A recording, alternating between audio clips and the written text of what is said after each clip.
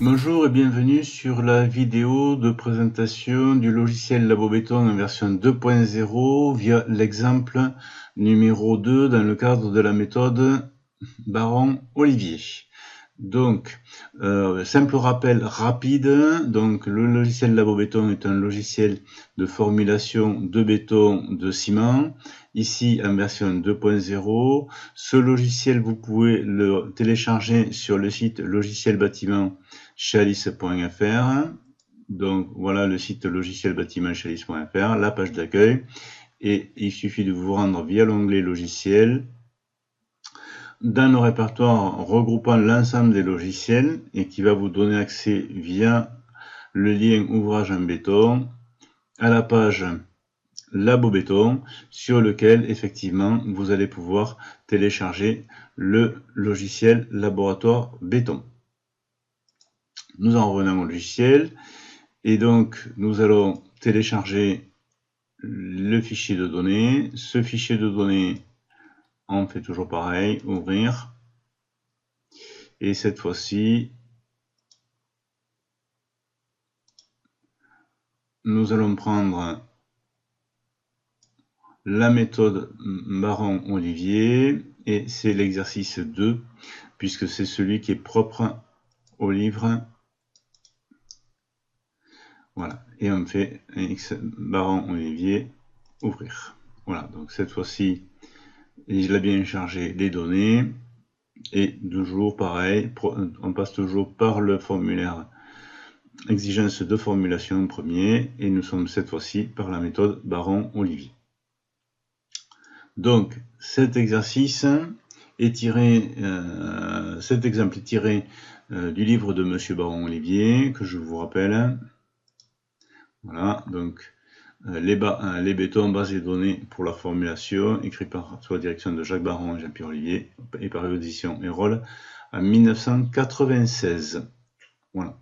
Et donc c'est dans ce livre qu'a été exposée la méthode Baron-Olivier et sur laquelle et que vous allez retrouver à travers cet exemple. Donc, méthode Baron-Olivier, nous sommes dans un béton, alors, donc c'est un béton binaire,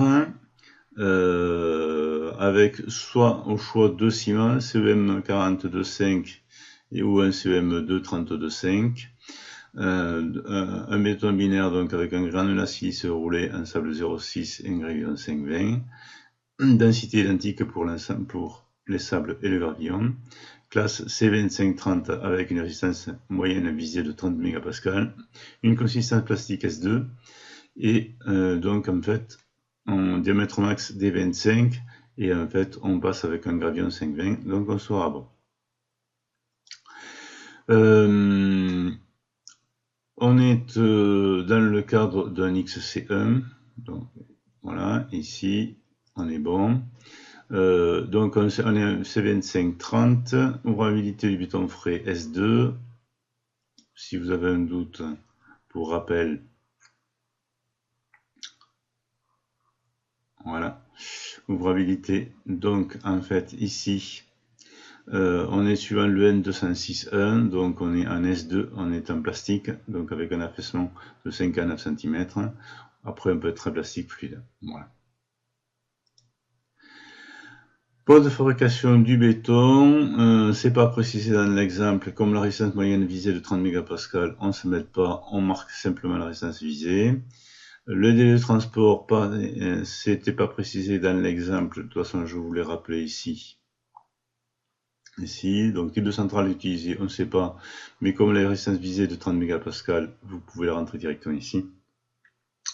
Délai de transport, donc pas visé, pas précisé non plus, on l'a mis inférieur à 30. La température du béton, c'est pas précisé non plus, 20 degrés. Et le nombre de sable 1, nombre de gravillons 1, il n'y a pas de composition pondérale humide. Et enfin, concernant la droite d'optimisation, les éléments n'ont pas été précisés, donc on est parti sur un béton non armé. Voilà. Et vous voyez, c'est très simple, on fait OK. Après, on passe au formulaire sable. Le formulaire sable, donc caractéristique du sable, Alors pareil, les caractéristiques du sable n'ont pas été vraiment indiquées dans l'exemple, donc il y a juste qu'une courbe granulométrique, et donc j'ai fait un relevé sur la courbe granulométrique. Bon, on peut procéder à l'analyse granulométrique. On est à 2,69. On est à peu près, a priori, on semblerait bon par rapport à ce qui est relevé sur la courbe granulométrique du bouquin. Donc toujours pareil, 0,6 roulé, c'est pas un sable correcteur puisqu'il n'y en a qu'un, et densité de 65. On fait OK. Le gravillon, pareil, vous rentrez les tamis, roulé 2,65. Qualité du granulat, donc c'est un silice roulé, donc là, pensez que pour le coefficient granulaire, dans la méthode Baron-Olivier, on n'a que 3 items, silice légèrement altéré, silice roulé, calcaire dur. Donc c'est pour ça que du coup, si vous avez vraiment un doute, vous n'avez pas de tableau comme dans la méthode Dregoris, vous avez uniquement que ces 3 éléments-là. Si vous avez un doute, vous pouvez rentrer directement la valeur du coefficient granulaire. Voilà. Bon, là, c'est un silice rouleux, on le laisse tel quel. Si vous, toujours pareil, vous avez l'aide et qui vous indique donc voilà le tableau que l'on a dans le cadre de la méthode Baron-Olivier.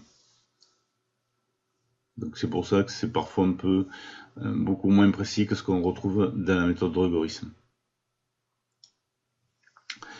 Donc on peut procéder à l'analyse granulométrique et voilà un peu le sable à comment il se présente. Ok, donc ça c'est bon. Le ciment et l'addition. Donc en fait, je suis parti sur un. Alors on avait le choix. Hein, on avait le choix, soit j'en ai rien. Soit on pouvait passer avec un CEM 42.5, soit avec un CEM 2 32.5. Je suis parti avec un CEM 32.5, puisque c'était l'exemple qui donnait, c'est là où on avait le plus de détails. Et donc avec une classe vraie de 45 mégapascales et une densité de 3,07. Donc simplement, et cette fois-ci, il a fallu rentrer directement les données, puisque ça ne correspond pas aux valeurs type intégrées dans le logiciel. Par contre, cette fois-ci, alors toujours dans ce cadre-là, aucune addition ajoutée au béton, et pas plus d'adjuvants non plus. Voilà. Mais par contre, cette fois-ci, on va avoir, dans le cadre de la méthode Baron-Olivier, la possibilité de rentrer les adjuvants et la possibilité de rentrer des additions. Voilà. Donc, vous avez vu que c'était relativement simple. On peut lancer la formulation, on affiche la formulation. Calcul terminé, pas d'avertissement, c'est logique. Vous avez ici, voilà, on va récupérer les données, ça sera plus simple. Voilà. Et donc du coup, la notice de calcul, un note de calcul, excusez-moi, donc méthode de calcul, utilisez la méthode Baron-Olivier. Donc on retrouve bien dans les exigences, donc un FCK 25 mégapascales, une ouvrabilité S2, une stress moyenne en compression visée de 30 mégapascales, donc transport et mise en œuvre délai inférieur à 30 minutes, température du béton entre 20 degrés, correction pour la composition de la courbe granulaire, donc ouvrage non normé, et les exigences de durabilité de l'XC1, je vous laisse regarder. Donc on passe avec un ciment CEM2, addition qu'une addition, ou gâchage conforme à la norme, adjuvant, pas d'adjuvant, sable et gravillon, on vient de le voir tout à l'heure, et enfin les éléments de formulation. Donc, on va être donc dans ce tableau. Donc on a alors pour la quantité d'eau, l'exemple livresque donc donne une valeur de 190 litres par mètre cube. Là on retrouve bien les 190 litres par mètre cube. FM donc 45 mégapascales. Le KB et le KV qui étaient 0,55 et 0,90, vous allez les retrouver ici. KB donc on est à 0,55. Donc on a bien la même valeur qu'ici, et le KV qui est à 0,90, on retrouve bien ici. Voilà. Donc un FC de 30 mégapascales, un rapport au sur C. Alors, un rapport au sur C, moi je suis à 0,53, eux ils trouvent 0,52. Bon, ça c'est les arrondis qui font ça. On a une valeur de 300, alors, en quantité de ciment, on trouve une valeur de 361 kg par mètre cube.